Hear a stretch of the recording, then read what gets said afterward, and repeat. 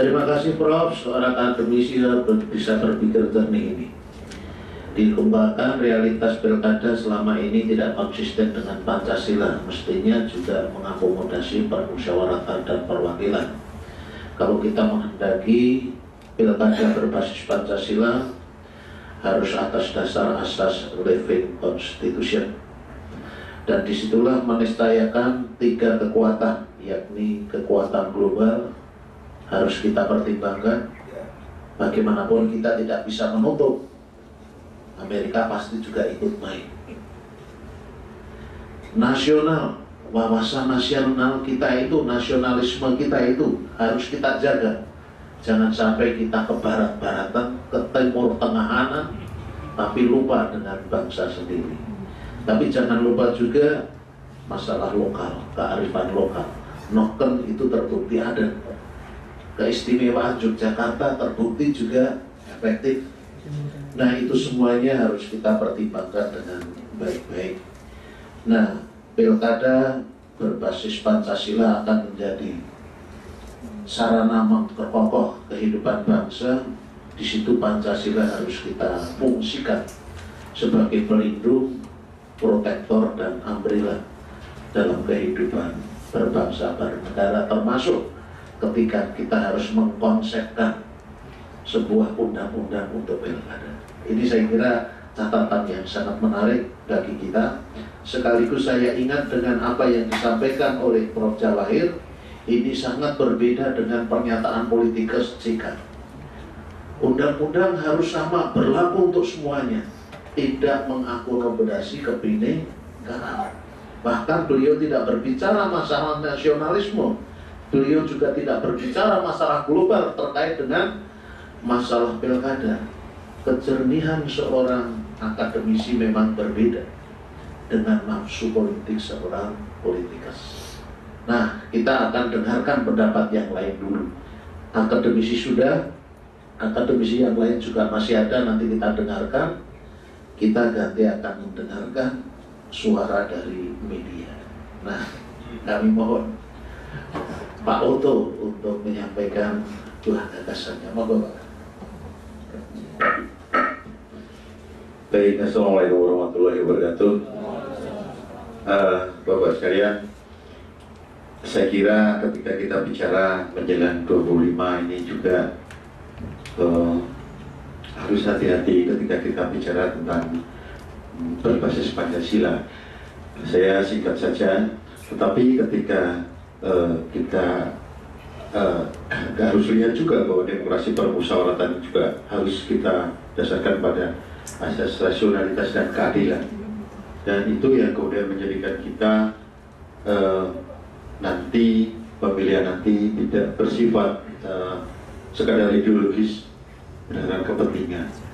Bapak sekalian, kemudian tentu kita juga berharap hasil-hasilnya, kalau kita bicara Pancasila tadi betul bahwa dia harus melindungi kebinekaan. Nah, tentu ini semuanya kalau kita bicara kebinekaan didedikasikan buat kepentingan bangsa secara keseluruhan. Nah, Bapak Ibu sekalian, kalau kita kemudian mempertimbangkan semua tadi, bahwa sebenarnya memang betul kalau pilkada itu juga sebenarnya tidak konsisten kalau kita bicara permusyawaratan. Sebenarnya ini ketika muncul itu basisnya adalah ketika orang tidak percaya kepada lembaga legislatif kita, itu basisnya. Jadi ketika kemudian survei sudah banyak buktikan bahwa terakhir itu 87% DPR kita itu legislatif kita adalah tukang bohong misalnya, kemudian bahkan tidak masuk aja digaji 22 juta benar itu dari penjara itu 22 juta, dan saya kira itu yang kemudian menimbulkan azas kerakyatan kita, etika rakyat kita itu menggugat. Nah, Bapak Ibu sekalian, sebenarnya intinya adalah bagaimana apa iya ketika kemudian semuanya berpacu, kalau kita lihat juga yang terpilih sejak kemarin kita masih belum percaya, apa iya kita percayakan memilih pimpinan kepala daerah itu kepada orang-orang yang tadi, yang dalam survei tidak jelas, kemudian kelakuannya juga jelas itu bahwa itu tidak mencerminkan azas kita. Itu yang kemudian wajar kalau mereka yang gugat loh, bagaimana gitu.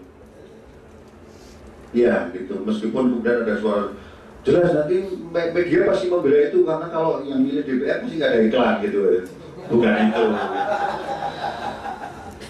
Tapi Bapak sekalian, saya melihat bahwa inti permasalahannya itu bagaimana belum menjabat sebulan saja sudah rame-rame mereka menggadaikan SK.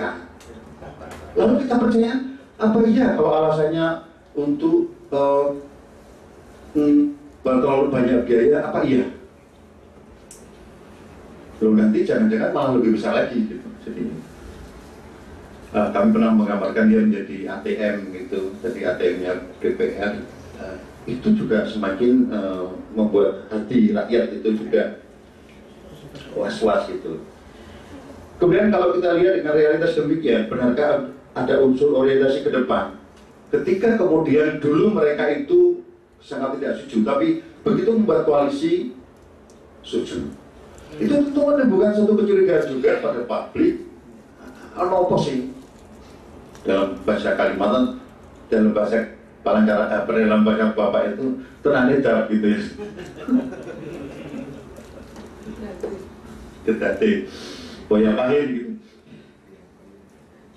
Terus kalian, kalau kemudian itu dicurigai itu layak. Kemudian jelas bahwa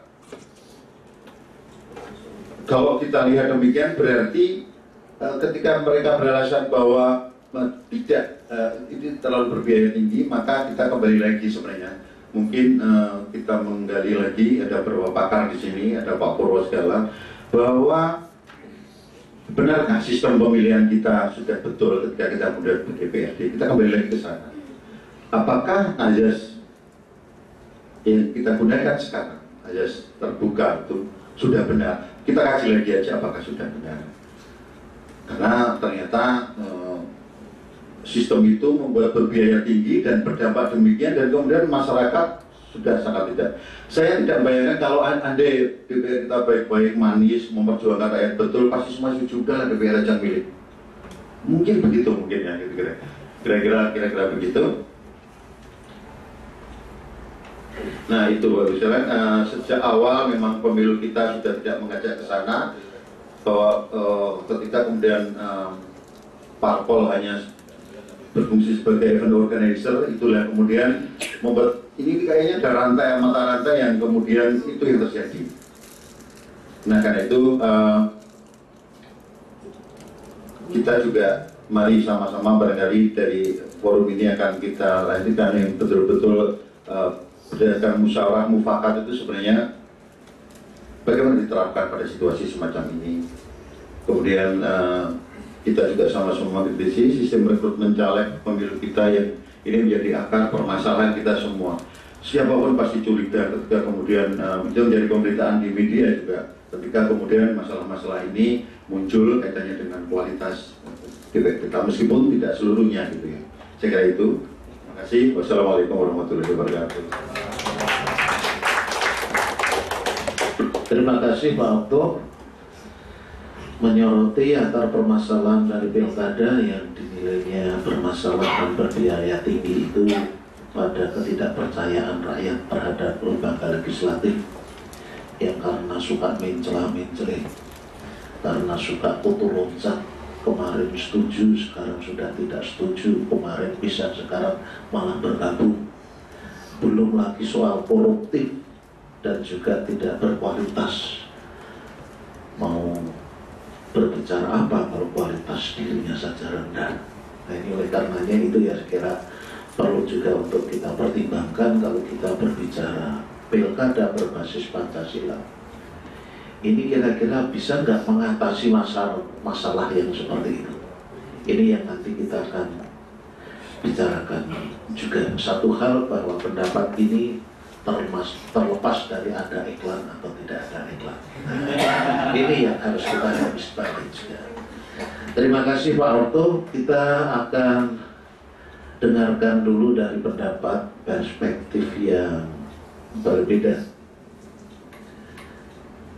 Dari media sudah, dari akademisi, sekarang tolong dari perspektif budaya dan agama. Barangkali Pak Kiai bisa memberikan pencerahan. Monggo Pak Kiai.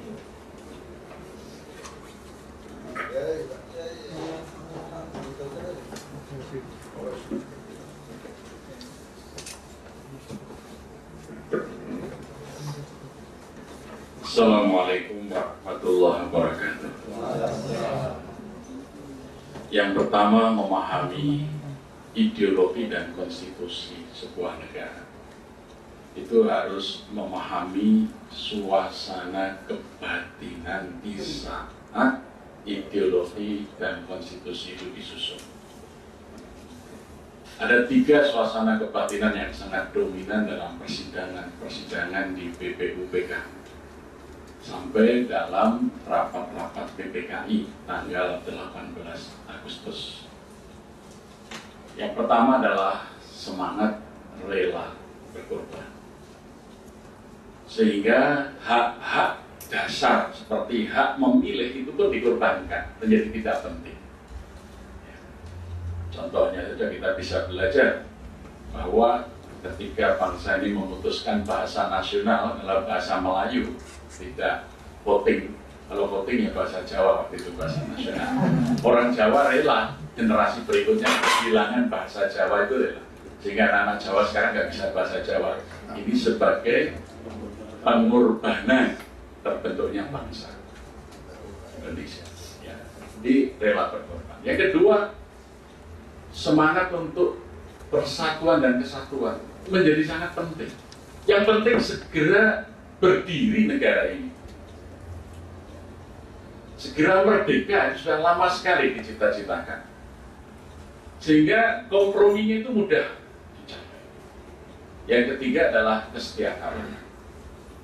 Nah, kalau kita membahas mengenai undang-undang sebagai pelaksanaan konstitusi dan pengejawantahan ideologi Pancasila, itu suasana batinnya berbeda, tidak akan nyambung, tidak akan bisa ketemu. Yang kedua, berpikir utuh. Para pendiri bangsa kita tidak memisahkan antara demokrasi politik dan demokrasi ekonomi. Itu satu paket. Karena tidak mungkin demokrasi politik tanpa demokrasi ekonomi mencapai keadilan sosial. Jadi seperti kata Prof. Jawahir tadi, kalau masih ada ketimpangan ekonomi, ya demokrasi yang terjadi adalah plutokrasi, kekuasaan di tangan pemilik modal yang bisa menjadi anggota legislatif yang punya duit, punya modal atau ada yang memodali, yang bisa presiden juga yang ada sponsor atau yang bisa membiayai kampanye. Ketua partai kalau nggak punya duit banyak, nggak mungkin dia bisa menduduki ketua partai. Oleh karena itu demokrasi ekonomi itu menyatu dengan demokrasi politik. Nah sekarang ini demokrasi kita sangat, demokrasi ekonomi kita nggak berjalan. Yang berjalan adalah liberalisme ekonomi, bukan hanya neo. Maka kalau ini juga politik diperlakukan demokrasi, yang terjadi pasti demokrasi transaksional. Ini otomatis kalau ekonominya liberal, terus politiknya mau demokrasi betul, yang terjadi adalah demokrasi transaksional. Maka NPWP nomor piro wani piro itu yang terjadi. Nah, itu jadi kalau ingin memperbaiki sungguh-sungguh ini ya amandemen Undang-Undang Dasar berkait dengan pemilihan presiden, pemilihan kepala daerah, ini disatukan paket dengan amandemen pasal 33. Harus benar-benar berjalan demokrasi ekonomi, yang sekarang ini justru dengan amandemen 2002 kita sudah masuk dalam tahapan demokrasi ekonomi yang dihilangkan, diganti dengan liberalisme ekonomi. Ini nggak bisa jalan Pancasila kalau seperti ini. Jadi ini. Kemudian yang ketiga, soal format memilih dengan cara seperti apa, ini bukan hal yang harus baku. Kalau di dalam Islam itu kita bisa melihat pemilihan kepala negara itu tidak sama di dalam 4 periode pengganti Nabi yang disebut khalifah. Jadi Rasulullah ketika wafat tidak menetapkan bagaimana mengangkat penggantinya. Tetapi masyarakat waktu itu melihat siapa tuh yang biasa diminta Nabi mengganti Abu Bakar, dia sudah sepakati diangkat. Tapi dari periode Abu Bakar ke Umar itu sudah mulai ditunjuk perwakilan-perwakilan, tetapi dengan syarat mereka yang memahami risalah yang dibawa oleh Nabi. Artinya kalau dalam konteks Pancasila, yang boleh memilih itu yang paham Pancasila dan konstitusi.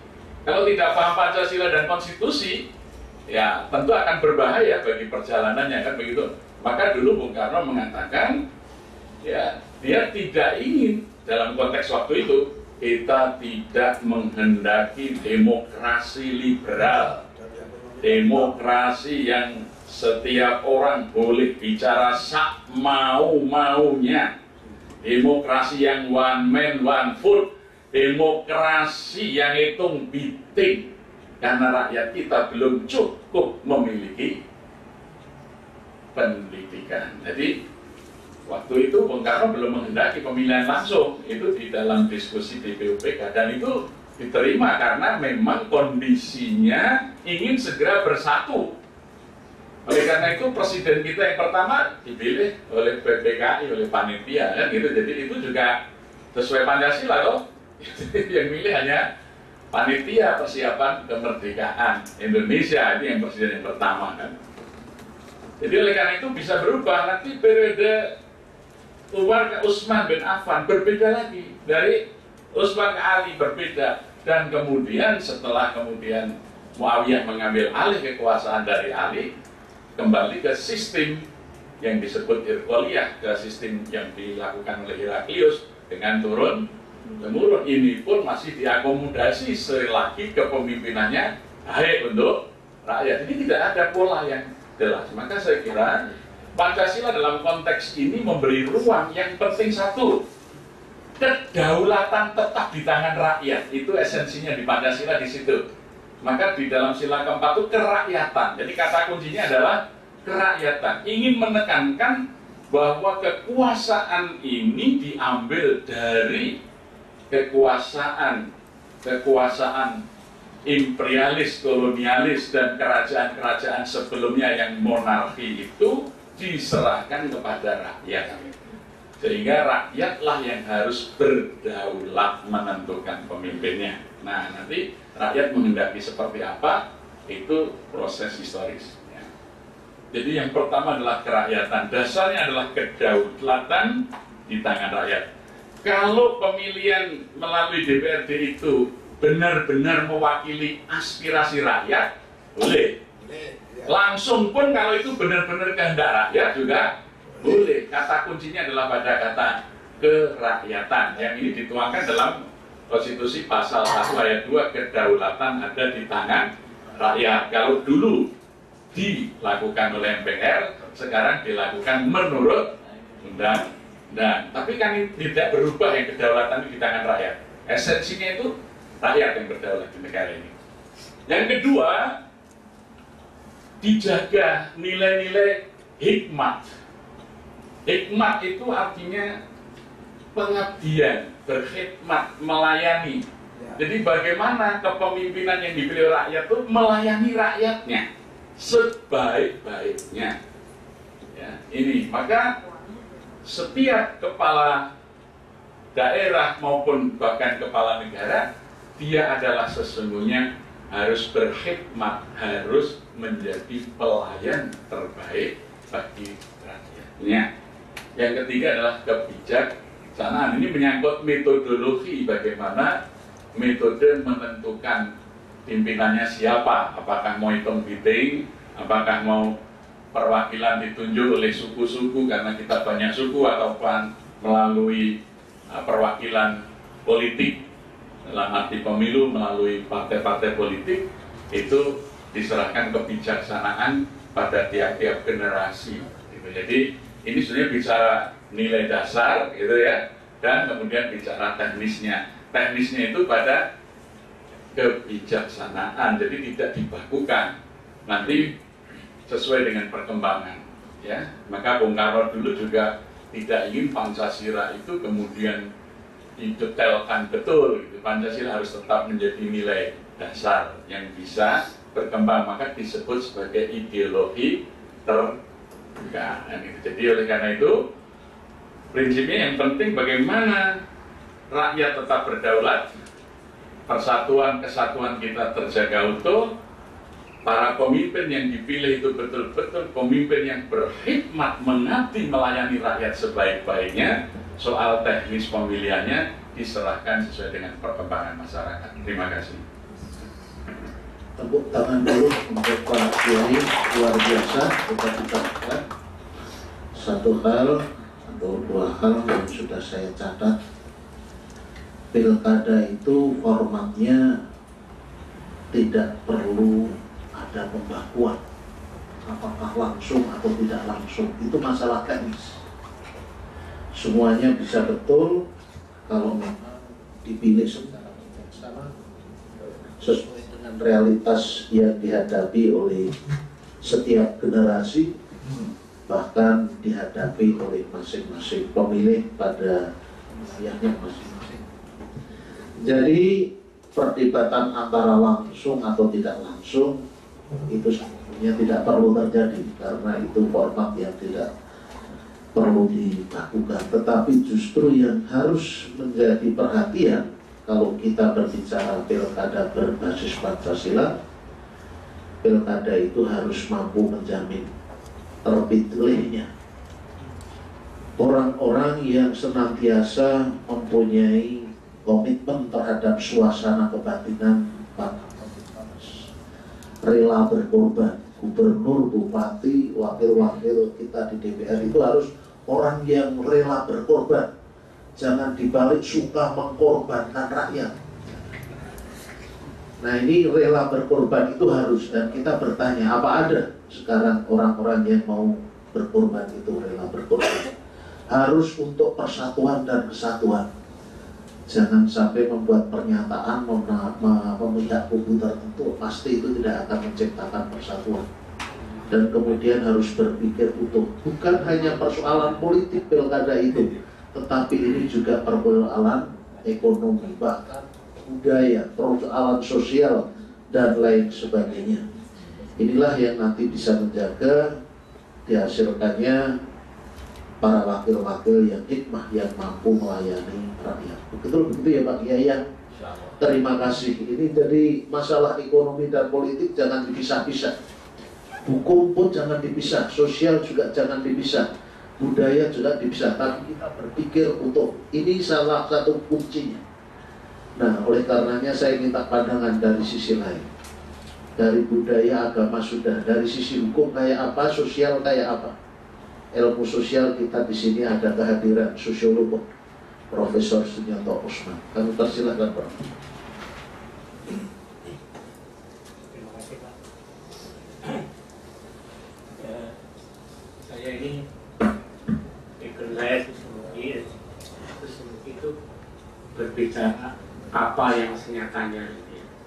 Jadi hukum itu kan bicara apa yang seharusnya.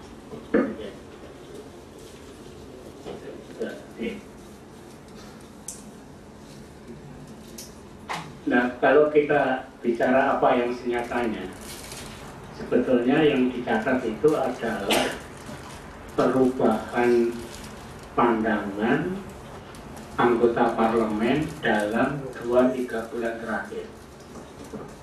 Jadi 2-3 bulan yang lalu itu mereka itu pada tidak setuju pilihan langsung. Nah, setelah Prabowo kalah, balik. Jadi yang dulu tidak setuju jadi setuju, yang dulu tidak setuju jadi setuju. Nah, argumen yang tidak setuju pilihan langsung itu sebetulnya argumennya PDIP itu dipakai lagi. Nah, argumennya PDIP itu yang dipakai yang dulu setuju. Jadi ini memang itulah realitas politik ya. Itulah saya dalam satu forum saya katakan jangan-jangan nanti akademisi saya itu tertipu. Ya. Coba gelagat itu sudah kelihatan bahwa P3 mau mendekat, Partai Demokrat mau mendukung, PAN gitu ya. Saya tidak tahu PAN ini termasuk Pak Amin Rais atau tidak. Nah, sekarang kalau kita lihat itu, saya akan bagi ada 3 tataran diskusi kita. Pada tataran konseptual, nanti sila keempat itu ya demokrasi, sila keempat. Ya, di mana-mana kalau mau demokrasi ya dipimpin kerakyatan itu boleh masuk dicanakan perwakilan itu di mana-mana kan. Ciri demokrasi itu kan transparansi, partisipasi, akuntabilitas. Ya pasti dipimpin oleh kebijaksanaan perwakilan. Obama itu tidak dipilih rakyat, itu perwakilan. Cuma sistem mereka memang beda. Nah, Soekarno dulu aklamasi saja. Siapa presiden kita, siapa wakil presiden kita, itu aklamasi. Meskipun saya punya kawan dari Sumatera Barat bilang gini, ketika Soekarno menyatakan atas nama bangsa Indonesia, kapan Soekarno tanya orang Sumatera Barat kok? Atas nama bangsa Indonesia. Nah inilah persoalan politik dan persoalan real itu ya. Pada tataran kedua, pada tataran kontekstual, konteks Orde Lama zaman Soekarno, konteks Orde Baru zaman Soeharto dan pasca reformasi itu beda. Itu kalau di sosiologi dipelajari teori-teori konstruksi sosial ya, konstruksinya beda-beda. Ya. Nah, silakanlah itu. Ini bukan persoalan mana yang betul, mana yang salah, mana yang benar, tapi ada sebuah konstruksi yang tidak dalam ruang vakum. Tadi Pak Kiai menyebut suasana kebatinan. Suasana kebatinan Orde Baru adalah tidak ada stabilitas. Ketika terjadi kata Bung Karno kestok gitu ya, kestok itu suasana tidak stabil. Suasana perataan karena kemudian ada kesenjangan yang sangat dalam. Suasana rendah pertumbuhan ketika angka kemiskinan sangat tinggi sekali. Itu pada tataran konteks karena bisa jadi zaman Soekarno, zaman Soeharto dan pasca Orde Baru bisa beda. Sekarang pada tataran operasional ini. Nah, pada tataran operasional ini bisa setiap daerah mempunyai tekanan yang berbeda. Sultan itu jelas tidak dipilih gubernur itu. Saya tidak tahu pasca ini ya, tapi sekarang undang-undang itu bunyinya Sultan tidak dipilih, otomatis jadi gubernur gitu ya. Ya. Nah, saya kira tadi diberi contohkan di daerah lain bisa seperti itu, bisa punya daerah punya operasionalnya sendiri. Nah sekarang apa sebenarnya yang jadi masalahnya? Yang jadi masalah itu, ini persoalan ini sudah, persoalan pilpres ini sudah selesai atau belum? Ya, kalau persoalan pilpres itu oleh Prabowo dan kawan-kawan masih dianggap belum selesai, ya ini terus akan jegal-jegalan seperti ini, terus. Ini kan dalam rangka membuat kekompakan para anggota DPR seluruh Indonesia untuk nanti menjegal kandidat dari PDIP, dari PKB, dari Nasdem, dari apalagi Hanura. Ya. Tidak akan jadi karena 30 dari 34 provinsi DPRD itu dikuasai oleh apa namanya, koalisi Merah-Putih. Tapi saya ingatkan, kalau pilkada diadakan, dipilih hari ini, padahal pilkada dipilih tahun lagi, 2 tahun lagi. Sosiologi selalu melihat bahwa sebuah keputusan itu tidak dalam ruang vakum. Keputusan itu punya konteks, punya tadi suasana kebatinan. Nah, nanti kalau berubah, itu ya, nanti kalau berubah, mungkin sekali juga akan berubah. Nah, saya kira sekarang tepat Pusat Studi Pancasila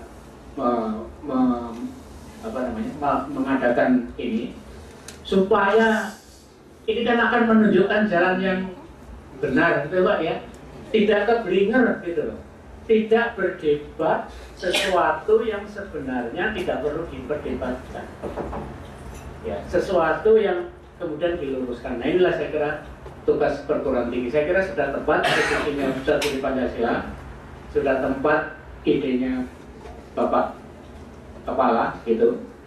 Nah, tolong ini memang harus segera diluruskan ini Pak. Kalau tidak, kita kejebak sebuah perdebatan yang sebetulnya tidak ada gunanya.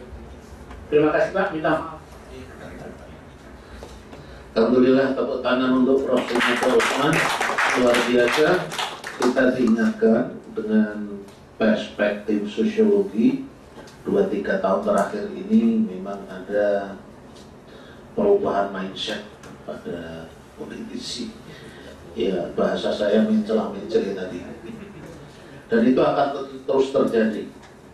Nah, oleh karenanya lidah-lidah esok tempe sore deli Allah karena itu perlu menjadi perhatian kita. Nah, meskipun pilkada berbasis Pancasila memperhatikan konseptualnya, kontekstualnya, operasionalnya, ini harus dibingkai dalam 3 kerangka ini: konseptual, permusyawaratan, perwakilan, operasionalnya. Mungkin setiap daerah mempunyai tekanan yang berbeda.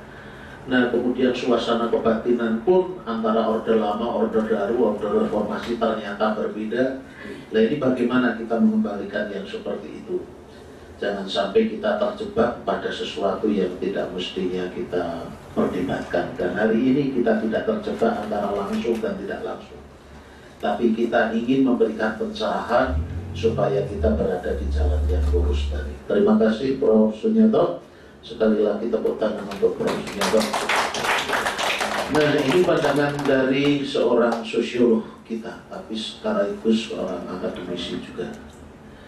Nah, kita ingin mendapatkan gambaran pemahaman dalam perspektif yang lain. Kita tetap dalam kerangka tadi pemikiran bahwa pilkada itu mari kita lihat dengan pemikiran yang jernih dan utuh, pendekatannya holistik.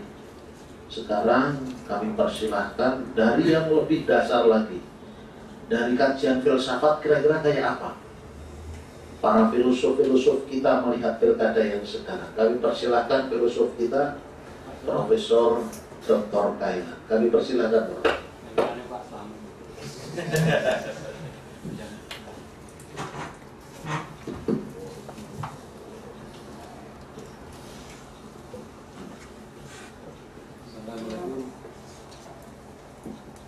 Assalamualaikum warahmatullahi wabarakatuh.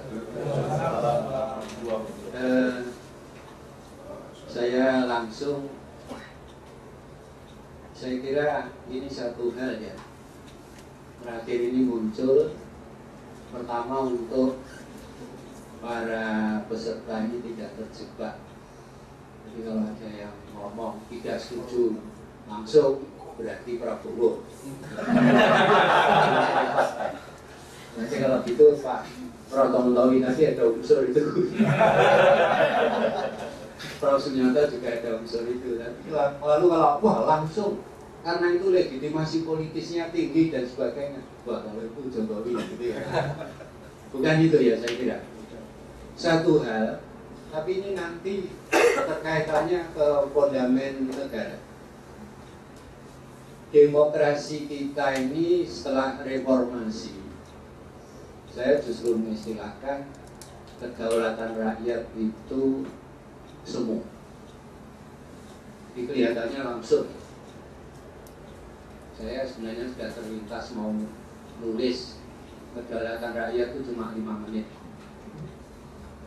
Tanggal 9 April kemarin sama 9 Juni. Setelah itu nggak punya kedaulatan. Satu, dalam kenyataannya pilihan apapun itu ya high cost politik, biaya tinggi. Jadi demokrasi kita itu demokrasi orang kaya. Tidak saja PKL mencalonkan, guru besar saja sudah. Saya mahasiswa ya. Saya ini misalnya kuliah nggak tidur dari subuh sampai subuh untuk nyalonkan itu nggak bisa. Honor koreksi itu berapa ya?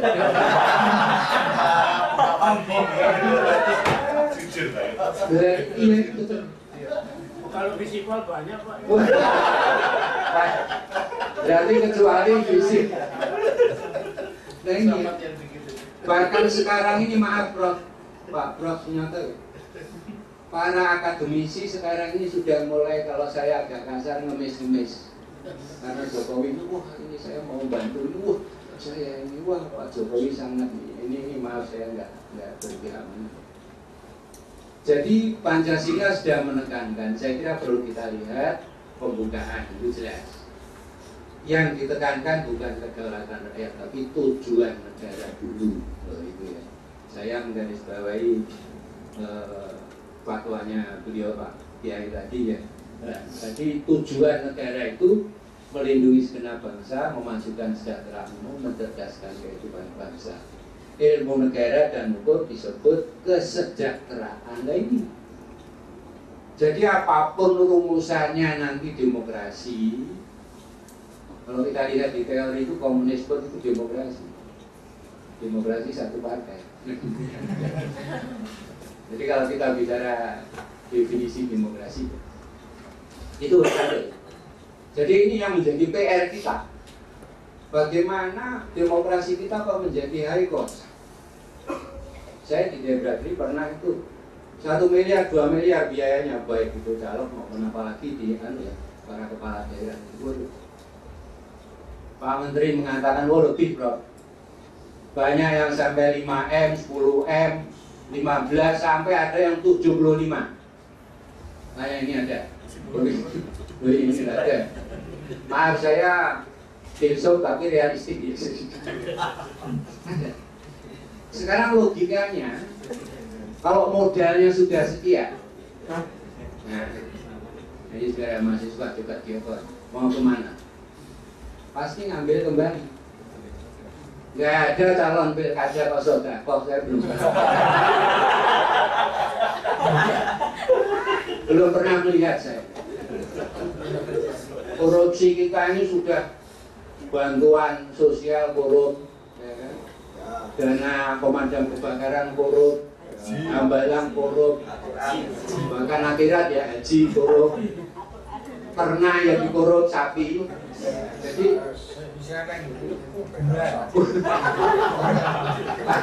malah baru dengar ini korupsi kuburan.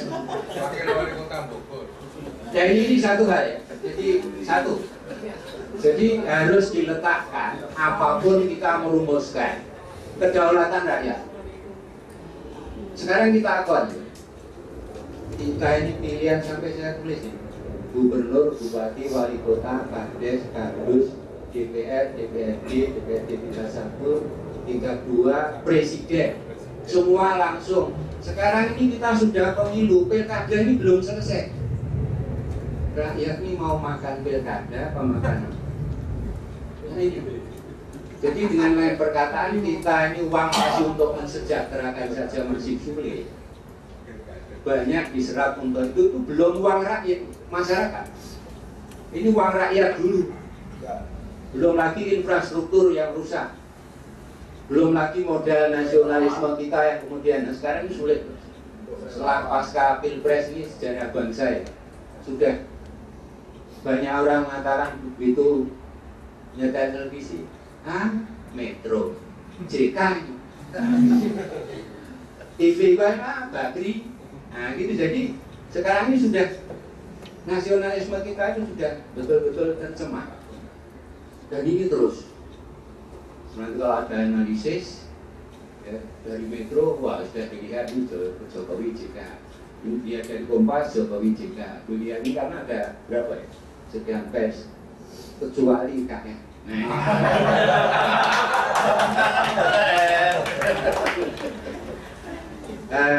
Jadi ini ya. Kemudian yang kedua, yaitu energi dan potensi masyarakat ini terserap untuk pergerakan demokrasi ini.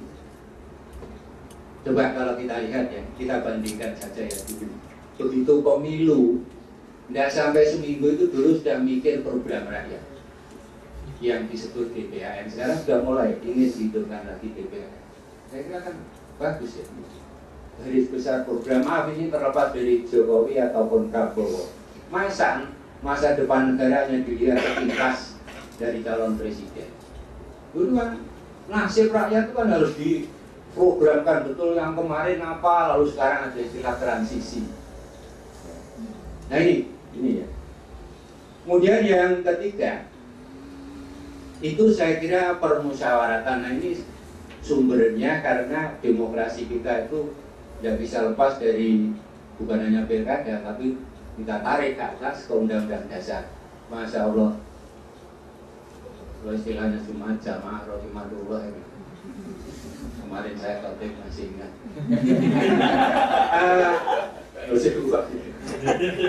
Begini, Bapak Ibu yang saya muliakan, bahwa ternyata di undang-undang dasar, betul ya tadi Pak Prof tahu, itu tidak konsisten. Coba kita lihat pasal 1 ayat 1, negara Indonesia ini Republik Persatuan. Lihat penjabaran persatuan, nggak ada. Kita lihat nggak ada. Wakil rakyat.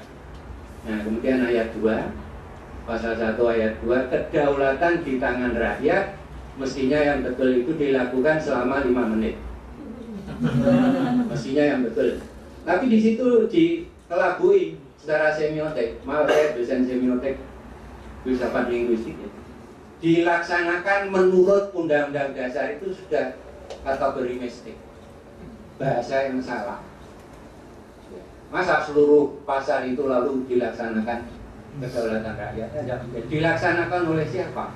Kita lihat, kita bandingkan misalnya US Konstitusi pasal 1 ya, ayat 1, Kongres diwakili, Kongres shall be vested on, ya, itu jelas ya, House Representative and Senate, jelas.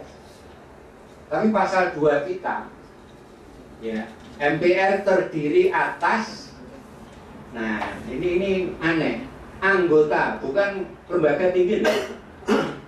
Nanti coba dibaca diagram undang-undang dasar. Terdiri atas anggota DPR, anggota DPD. Saya mau tanya, DPD itu tugasnya apa di MPR? Padahal pasal 22C sama 22D, DPD itu hanya ngurusi daerah. Nah, rubah undang-undang dasar kita, sistem demokrasinya sudah rubah. Di mana kedaulatan rakyat? Saya mau tanya. Torres mengistilahkan demokrasi itu formal demokrasi. Nah, pilkada langsung, tidak langsung itu cuma formal. Tapi yang jadi inti itu substantif demokrasi. Nah, Pancasila meletakkan di situ. Soekarno mengistilah demokrasi itu tidak hanya politik, sosial, ekonomi, karena ini harus berpikir bagaimana mensejahterakan atau tidak. Kalau kita banding banyak negara yang nggak demokrasi sejahtera. Ya. Brunei itu waktu tokoh-tokoh universitas kesini ditanya kok nggak jadi negara demokrasi, tidak saja. Nah mereka apa? Sejahtera. Arab Saudi sejahtera. Apa-apa nggak bayar, listrik nggak bayar, air nggak bayar, ibadah haji nggak bayar, nggak usah antri. Soalnya Ka'bahnya di Arab. Nah itu satu fakta ya. Jadi kedaulatan rakyat nggak bisa lepas dengan tujuan mensejahterakan lagi. Tetapi di undang-undang dasar kita proses rakyat berpartisipasi, saya sangat setuju dengan Bapak Prof. Sunyoto Usman tadi, bahwa demokrasi ada sekian, yaitu kedaulatan, transparansi, akuntabilitas. Mana rakyat setelah itu gimana letaknya? Tidak ada. Sedangkan kalau di Amerika itu House Representative tadi kalau nggak salah 354, Senate 100, jadi 9 negara bagian, 9 negara bagian satu distrik itu 55 ya gitu ya, jadi 110 maksud saya 10, jadi 9 itu negara bagian satu distrik. Nah itu ternyata yang mewakili rakyat, Senat itu kekuasaannya di atas DPR-nya Amerika. Ini, tapi kemarin sempat deadlock ya, Obama lalu shutdown government kalau nggak salah ya kemarin. Tapi kalau itu nggak melalui sila keempat sulit Amerika, permusyawaratan kan. Kemudian kita ambil contoh tadi bahwa persatuan tidak dijabarkan. Sekarang kita bandingkan dengan konstitusi Inggris. Sana itu ada House of Lords, House of Commons. Jadi majelis tinggi, majelis rendah itu isinya Bhinneka Tunggal Ika. Betul ya Bro, Pak Prof Sunyoto ya. Bahkan sekarang disebut Skotlandia ya. Nah, apa di situ ulama ada, para pastor ada, dari negara-negara apa persemakmuran ada. Loh Indonesia tidak ada. Padahal kita ke berbagai daerah, saya kira Bapak Prof Cito, Bapak Prof Tontowi ya, itu wilayah-wilayah di luar itu mengeluh, saudara-saudara. Wilayah kecil mengeluh. Di NTT itu sulit untuk bangkit karena mereka tanahnya tandus, kemudian penghasilannya sangat minim. Kalau Pak Edi wah tanah bontang itu gas ada, minyak ada, batu bara ada, tapi sampai sekarang listrik nggak ada. Jadi ini satu hal pemikiran kita. Jadi substantif demokrasi ini setelah pemilu rakyat ikut memilih, lalu dalam perjalanan negara rakyat ini harus ikut partisipasi. Ini yang tidak ada sekarang, karena tidak ada yang bisa memberikan kontribusi di situ. Sementara di Undang-Undang Dasar kita seperti ini. Nah ini ya, saya kira satu hal yang merupakan pemikiran kita ya. Kemudian berikutnya saya kira yang perlu diperhitungkan adalah tentang local wisdom. Local wisdom, cuma saya agak sayang ngesel dalam kok cepat-cepat menyatakan itu ya. Maaf ini saya bukan berseberangan ya. Mestinya tidak usah menyatakan. Soalnya apa? Beliau sendiri itu ditetapkan gitu. Nah ini kalau mestinya keistimewaan saya tidak, atau PSP tidak diajak merumuskan tentang keistimewaan. Itu mestinya keistimewaan itu mana? Biayanya pilkada misalnya 1 triliun atau 2 triliun untuk rakyat Jogja ini sudah makbul. Nah ini ya, jadi satu hal ya. Tapi memang kalau kaitan dengan DPRD betul saya kira tadi ya, bahwa sekarang ini krisis kepercayaan luar biasa. Betul tadi di Banyumas sama Grobogan sama mana itu ya, itu begitu dilantik besok pergi ke bank melakukan SK. Banknya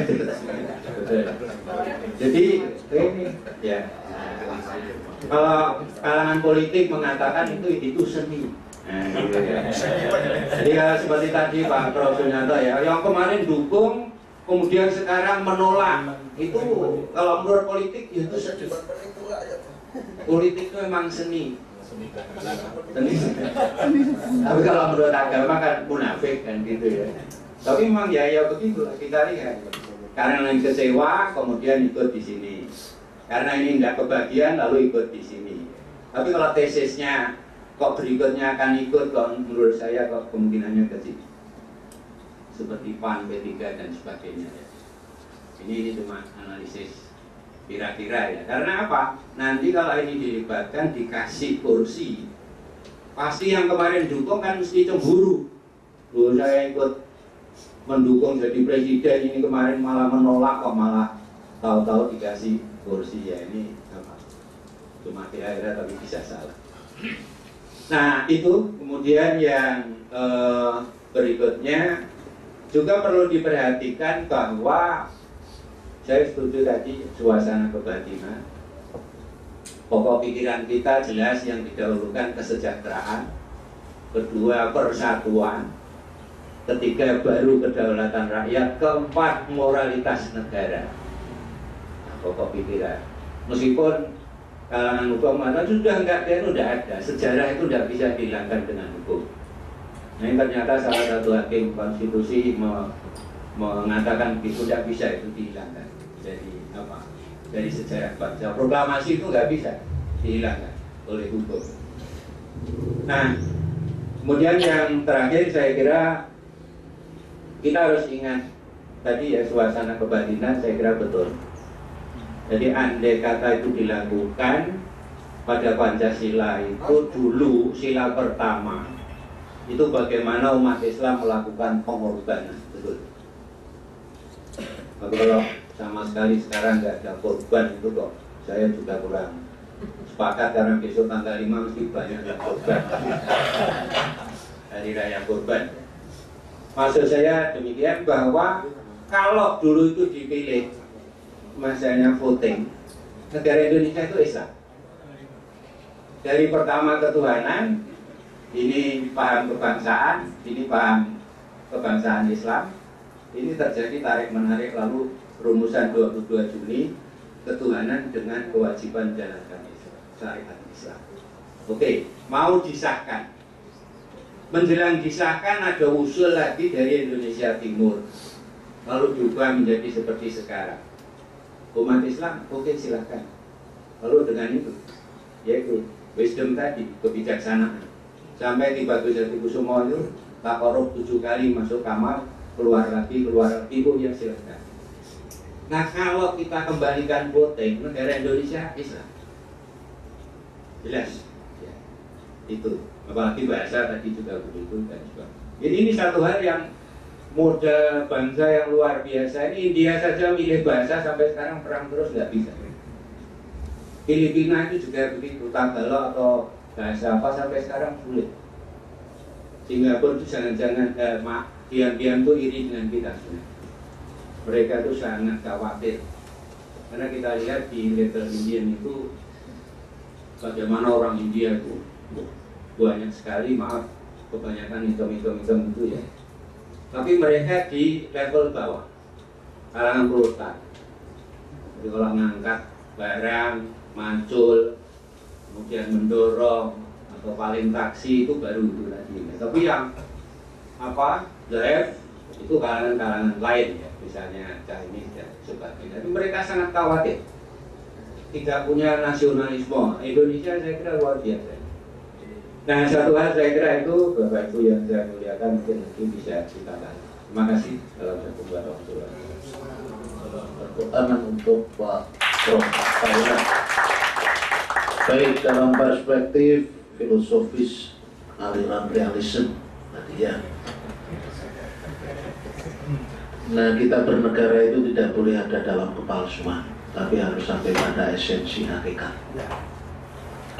Ternyata kita berdemokrasi, demokrasi semu.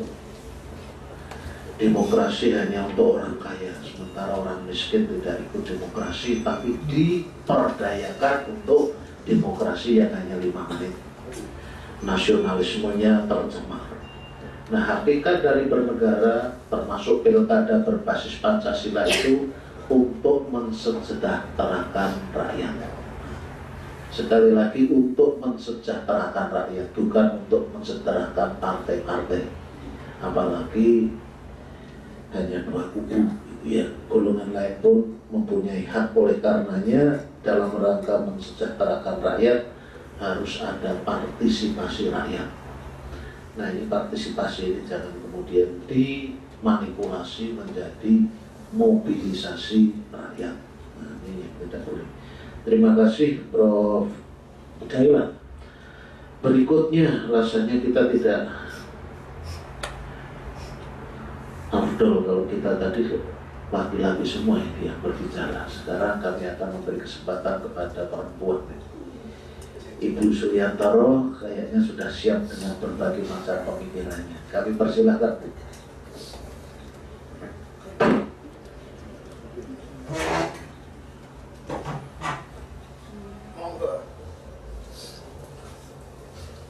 Terima kasih, Pak.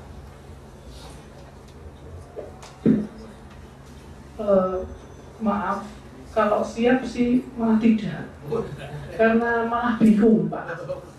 Malah bingung. Tapi mungkin saya paling tua di antara bapak-bapak ibu sekalian di sini ya. Tua. Karena umur saya 80 tahun.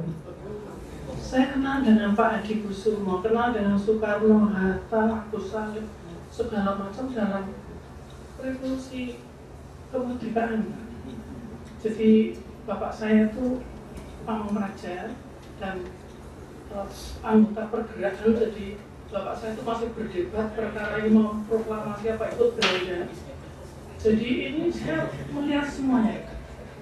Dan ternyata bapak saya waktu pemerhati itu memilih Republik Indonesia, kemudian waktu aksi polisional memilih keluar kota untuk ikut tentara.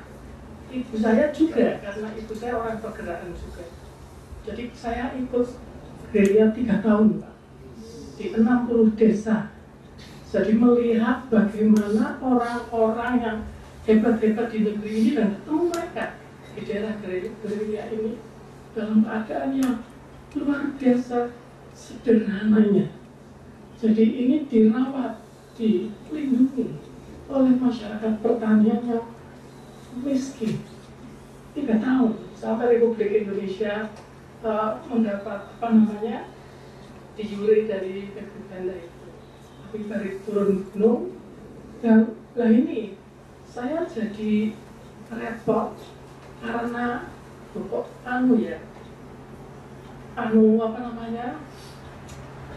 lama-lama kok keadaannya itu sangat berbeda. Berbedanya itu bapak saya yang dulunya itu betul-betul menjadi orang Republik Indonesia jadi kebingungan juga karena banyak Belanda yang menjajah Indonesia kembali. Karena investasi dikembalikan. Jadi konferensi meja bundar itu saya kira anak-anak kecil sekarang ini tidak tahu.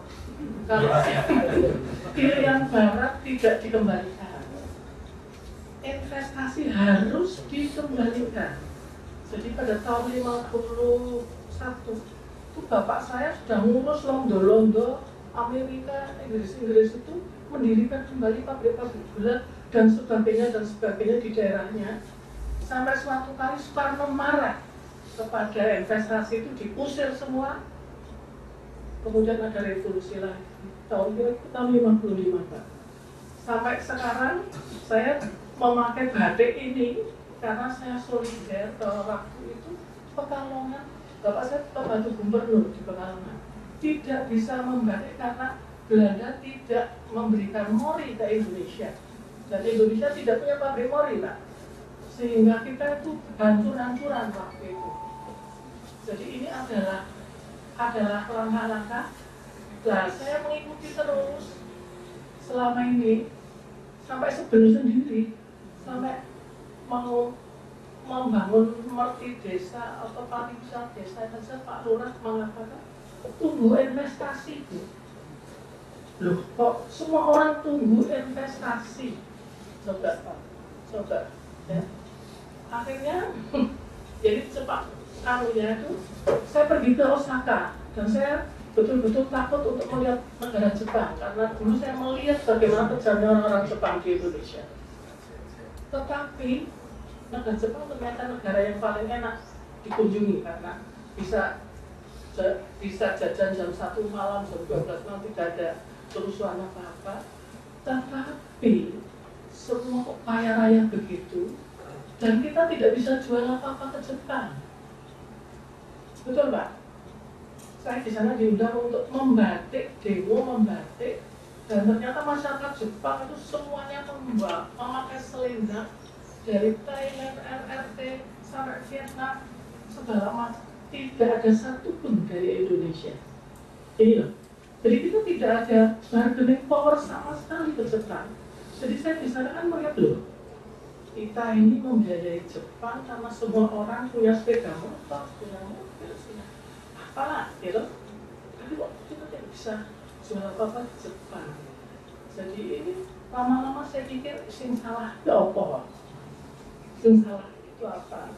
Dan akhirnya saya punya pengalaman yang lain untuk tadi yang mengatakan birokrasi bagaimana itu. Ternyata memang birokrasi kita harus direformasi. Ya sudah, ya dulu memang begitu, tapi apakah sudah betul? Nah, ini yang ingin saya aturkan di sini adalah apa yang harus kita kerjakan sesudah kita ribut-ribut pilkada sekarang. Karena ternyata saya juga korban pilkada, Pak. Dulu harus ikut Golkar. Kalau tidak, Institut Pertaniannya tidak akan maju. Betul loh, Pak. Saya tidak punya tanda Golkar, dicarikan, kemudian jadikan saleh nomor 7, masuk Golkar itu, terus harus mundur. Aku tidak mau. Nah, gimana mahasiswa saya? Kalau kemarin mau dicalonkan, kok sekarang mundur karena kesibukan? Alasannya karena kesibukan. Terus saya bilang, aku nggak sibuk kalau dari seperti itu kan kemarin tidak mau dicalonkan. Saya siap menjadi anggota DPR. Pak Sultan ribut sampai gimana ya Bu ini? Akhirnya Golkar mengundurkan segala macam yang harus mundur itu karena akan dimasuki oleh calon-calon lain, gitu Pak. Kayaknya apa yang disebut apa ya? Voter lainnya. Sudah, jadi saya tahu, saya juga pernah menjadi harus jadi ketua Kosgoro, harus itu. Saya bilang, gimana ini? Ya? Padahal kalau kita melihat orang-orang ini kok rasanya yang satu hal yang ingin saya bukan di sini. Yang harus kita kerjakan itu adalah apa ya? Social control dari masyarakat itu harus ada. Yang berarti harus ada sanksi sosial, bukan sanksi hukum, sanksi sosial yang lebih ketat. Dan kalau menyalonkan siapa-siapa yang menjadi wakil rakyat itu memang harus ada rekam jejak. Dan rekam jejak itu tidak usah ditutupi kalau dia memang jelek, gitu. Itu ya harus bisa diungkapkan kepada masyarakat supaya kita tidak memilih orang yang tidak baik. Karena ternyata pemilihan yang langsung itu juga banyak efeknya yang tidak betul. Mengapa? Karena pemilih-pemilih kita itu walaupun pendidikannya tinggi, tetapi tidak punya karakter itu banyak, Pak.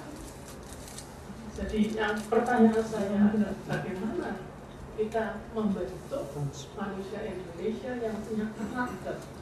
Nah, ini siapa yang harus membentuk? Saya kebetulan kan menantu dari Pak Sulaiman yang kami mencoba untuk meneliti gerakan Budi Utomo itu apa? Pak Usna. Ya. Dan akhirnya kami mendapat satu ketentuan, Pak.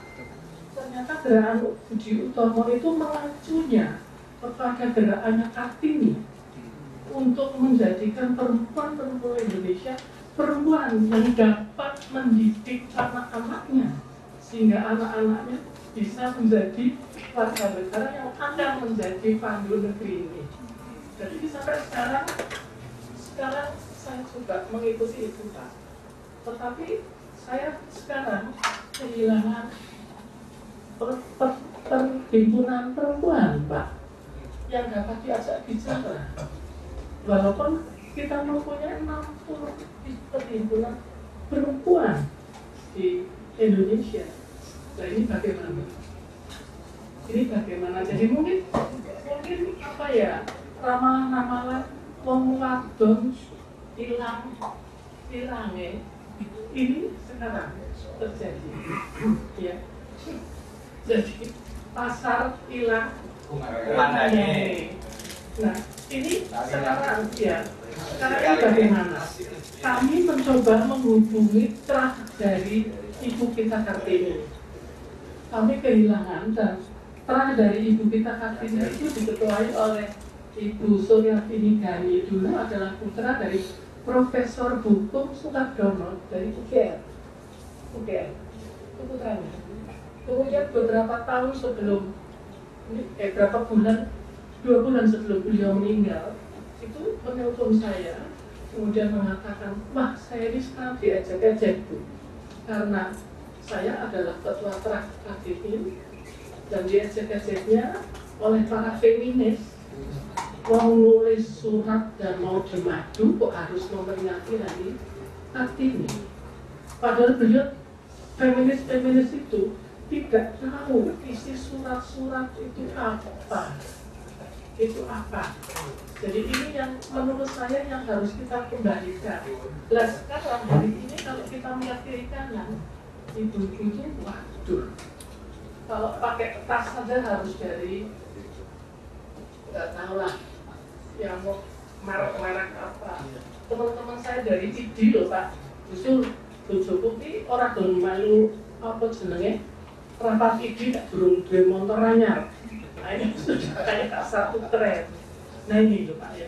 Jadi ini menurut saya harus kita coba kembalikan lagi. Bagaimana kita membentuk negara yang lebih baik dari sekarang Pak Kailan. Ini yang ingin saya tanyakan kepada Anda.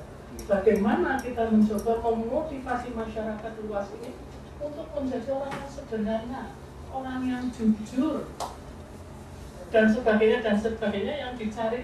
Kan itu sebetulnya harus cari pemimpin kalau pilkada ini. Ya kan? Lah kalau lihat televisi ada 2000 calon. Terus jadi ini pilkada ya. Apa namanya? Jokowi ini jelas. Sekarang jadi 200 calon menteri. Terus calon menterinya nanti akan jadi 34. Nah ini, tetapi saya juga akan mengingatkan tadi supaya perempuan-perempuan itu harus ditata yang betul supaya mereka bermartabat, Pak. Jadi tidak seperti yang sekarang, karena banyak ibu-ibu yang lebih suka untuk anaknya masuk ke sekolah yang tidak ada Pancasilanya. Sekolah internasional itu tidak ada Pancasila loh Pak. Ayo, mau kemana itu mereka itu? Dan itu justru orang-orang yang punya kekuatan ekonomi. Nah kita mau bagaimana nantinya ini? Jadi ini satu hal yang menurut saya Pak tidak mudah dikerjakan. Tapi media massa ini ya sok kurang tangga. Malah memasukkan apa itu? Ada perkumpulan mom, happy mom apa di Jogja ada happy mom ya. Nah ini kok ya ibu yang bijaksana, apa yang sederhana, apa gimana? Saya heran ini. Bagaimana ini? Jadi ini suara yang tidak pernah keluar dan saya menggugah masyarakat akademik yang baik, yang diam. Ternyata yang banyak bicara itu terlalu banyak ngomong, tidak sesuai kata dan perbuatan. Tapi yang baik-baik itu kok tidak ngomong. Nah ini bagaimana rakyatnya tahu ya, dididik ke arah mana.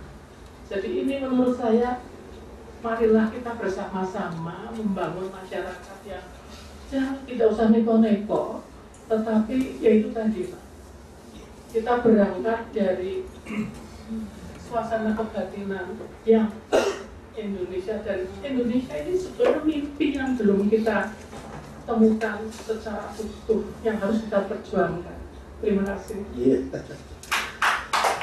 Luar biasa, tepuk tangan untuk Suryantoro, pelaku sejarah, pejuang, juga tokoh perempuan, tetapi juga korban pilkada.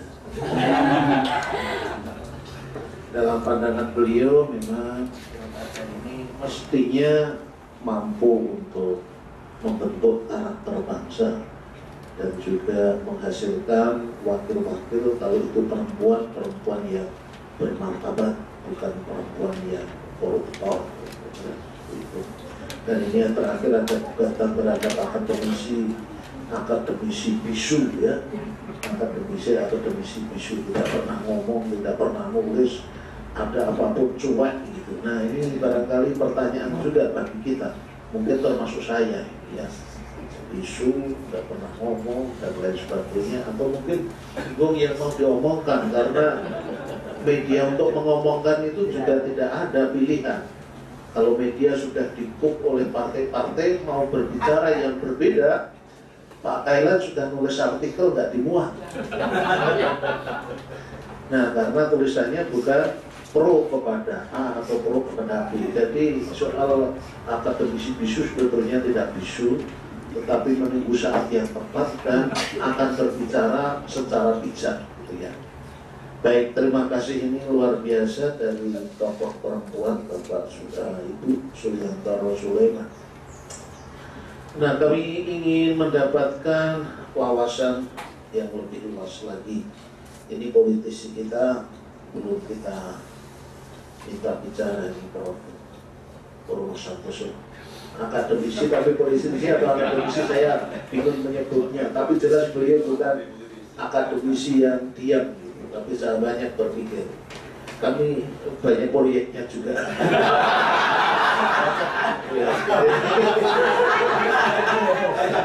Ini karena satu tim pitching dengan saya, sehingga beliau kadang-kadang tidak bisa hadir, tapi minta maaf karena memang banyak proyeknya. Monggo Bro, silakan Bro. Assalamualaikum warahmatullahi wabarakatuh. Saya bersyukur bisa ikut nimbrung di sini, dan saya juga bersyukur dikasih kesempatan belakangan karena yang saya lakukan sebetulnya juga melawan arus, tapi memang tidak populer. Jadi kemarin itu saya sempat diwawancara oleh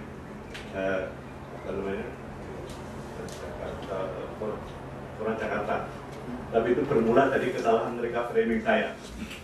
Jadi mereka bikin pernyataan seolah-olah saya yang diwawancara, padahal yang dikatakan itu bukan, yang ditulis itu bukan yang saya katakan. Saya protes, ya protesnya melalui sosial media, saya protes ke wartawannya dan seterusnya. Dan kemudian sebagai konsekuensinya ini kesalahan-kesalahan bisa membuat dari Pak dapat forum untuk ngomong lebih konkret, lebih, sehingga saya diwawancara khusus untuk mengkompensasi salah kutip itu. Dan di situ saya katakan pokok persoalannya itu memang seperti yang dikatakan oleh Pak Kiai dan yang lain, bukan pada soal langsung atau tidak langsungnya. Pokok persoalannya di bahasa filosofi adalah terpisahnya demokrasi substantif dengan demokrasi prosedural atau demokrasi ekonomi dengan demokrasi politik. Tetapi yang ini mulai ikuti arahan punya teman saya Pak Bodo saya Bu.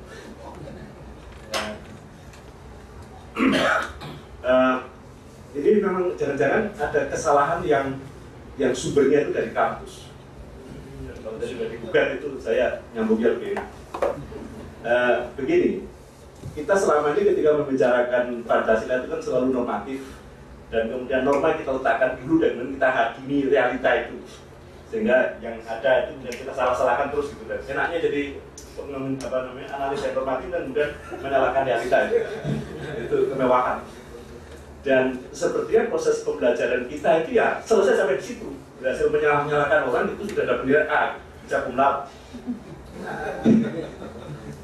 Jadi ini ada yang salah dalam cara kita berilmu. Nah, ini agak beda dengan ngaji di pondok pesantren Pak Yai.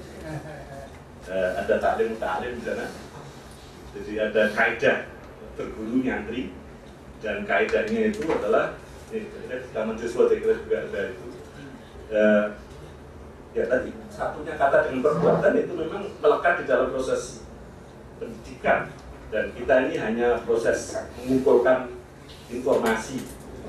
Nah, pada saat yang bersamaan ideologi yang kita katakan ideologi itu juga selesai kita hafalkan, selesai pada level hafal, sehingga ya buktinya kita sekarang ini ngomong pilkada dan keadaan dari Pancasila setelah Pak Ribut, bukan ngomong mendahului kejadian. Jadi, Jadi kita reaktif karena memang tadi kita tidak menyatu dengan apa yang kita katakan, dan itu sistemik di dalam proses sebagian besar proses pembelajaran pendidikan yang ada di negeri ini. Kecuali ini tadi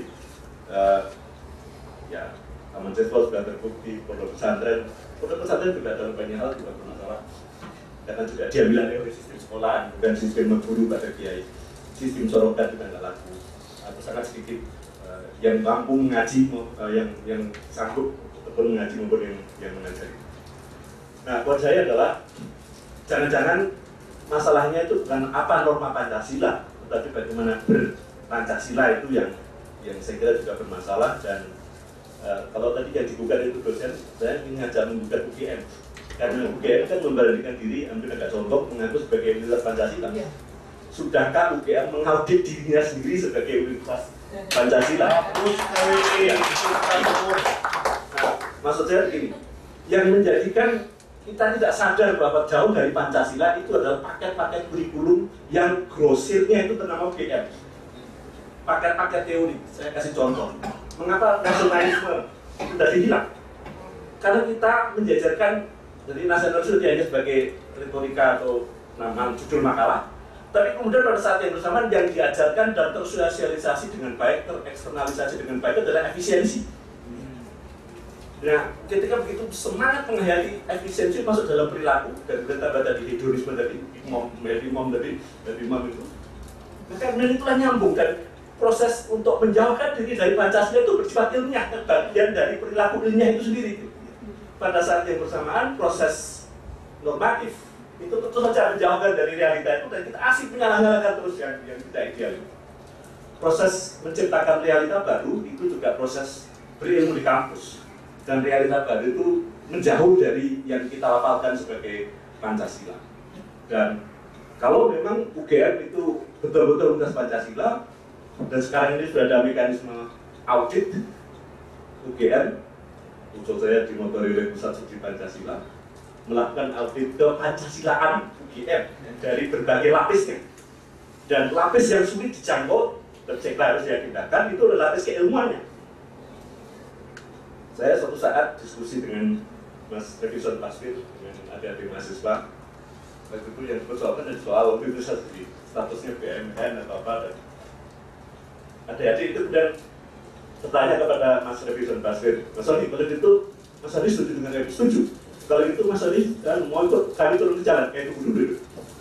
Emangnya kamu bertahan berapa lama berdiri di jalan? Musuh kamu itu bukan di jalan, musuh kamu di atas. Sambil menunjukkan perpustakaan. Musuh kamu itu adalah pasokan informasi, pasokan materi kurikulum, pasokan cara kita berpikir, metodologi kita berpikir itu yang memang menjadikan kita tidak sadar bahwa kita telah semakin menjauh dari Pancasila. Dan kalau UGM sekarang sudah mengkonversi majelis guru besar menjadi dewan guru besar, saya kira ya supaya nggak bisa ditutupi Pak, caranya itu dia harus kasih tugas untuk mengaudit Pancasila itu, karena poinnya kan di situ. Nah, ada sekian banyak proses di level operasional yang jelas tidak terlalu tidak terlalu berguna. Misalnya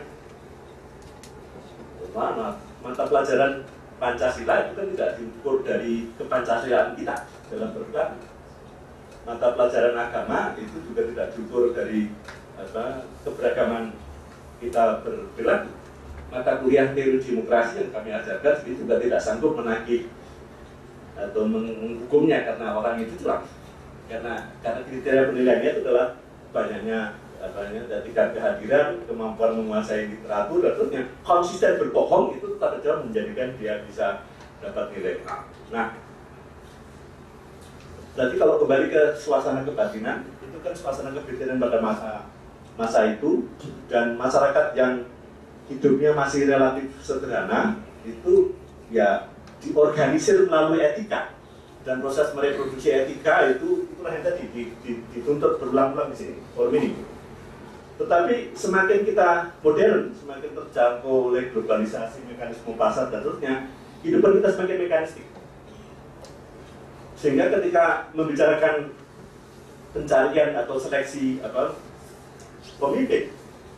Itu jargonnya orang Bantul, ketoro ketari, itu nggak berat.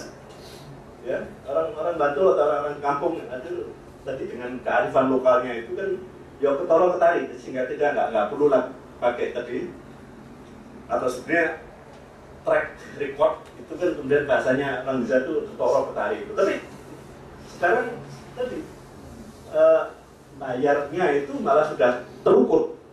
Saya dapat obrolan dari teman-teman anggota DPRD kemarin setelah pemilihan DPR, pemilu DPR itu, Mas sekarang bukan lagi serangan fajar Mas, dulu apa beda ya? Sekarang itu serangan dua, dulu apa maksudnya? Kalau serangan fajar itu kan semua babi buta semuanya dikasih. Sekarang itu bisa dihitung. Kalau orang datangnya pagi-pagi udah jelas pilihannya, nggak perlu dikasih duit. Nah, yang duitnya itu benar bisa digunakan untuk membeli kekurangannya, yang orang-orang yang masih ngambang ini. Nah, ketika perginya itu batu-batu nggak jelas kan kiranya, terus dipilihan dulu. Nah, ya. Nah, terus dipilihan harganya lebih mahal lagi. Nah, itu loro, Pak. Nah, ini transaksinya itu lebih terukur baik yang menjual maupun yang membeli buat saya. Sehingga mekanisme tadi karena tadi demokrasi ekonominya tadi dengan transaksi dan ekonomi kan berpasar dan pasar bertransaksi, maka saya setuju dengan Pak Kiai, prosesnya itu menjadi mekanistik berbasis pasar. Nah, oleh karena itu kendali utamanya kalau memang mau serius tadi mau apa, ya harus ada proses untuk mengendalikan peredaran uang. Problemnya adalah uang itu dikuasai oleh perusahaan memiliki televisi mempengaruhi kita tiap hari. Nah, koran itu juga bisa bicara juga. Media ini juga dipegang oleh kekuatan-kekuatan besar. Nah, oleh karena itu saya sampai pada kesimpulan mungkin nggak mutu ya, bahwa demokrasi prosedural termasuk pil langsung itu sebetulnya adalah cara untuk menyembunyikan ketimpangan struktural karena tidak berfungsinya demokrasi politik itu. Dan kita semuanya merayakan itu, termasuk di jurusan yang saya pimpin. Ya, jadi ini ada problem keilmuan, problem epistemologis yang kalau memang universitas memang bersungguh-sungguh untuk berpancasila, itu musuhnya adalah ilmu yang diajarkannya sendiri. Harus ada cara untuk mengembangkan pengetahuan berbasis lokal dan sebagainya. Dan menurut saya salah satu problem intinya itu adalah kita tidak pernah atau tidak terlalu serius memperlakukan epistemologi non positivistik. Jadi kalau misalnya mau mengukur cerdas tidak cerdasnya orang kan kemudian secara positivistik dicek dengan IQ-nya berapa, bukan ditanyakan pada ibunya. Karena kan ibu kan mengamati siang dan malam ibu ya. Salah satu dengan anak yang lain itu kan ketahuan punya kecerdasan sendiri-sendiri. Intersubjektivitas ibu dan anak itu bukan jadi pintu masuk untuk mengetahui kebenaran. Jadi kemudian harus ada orang lain yang mengukur. Nah, orang lain yang mengukur Indonesia itu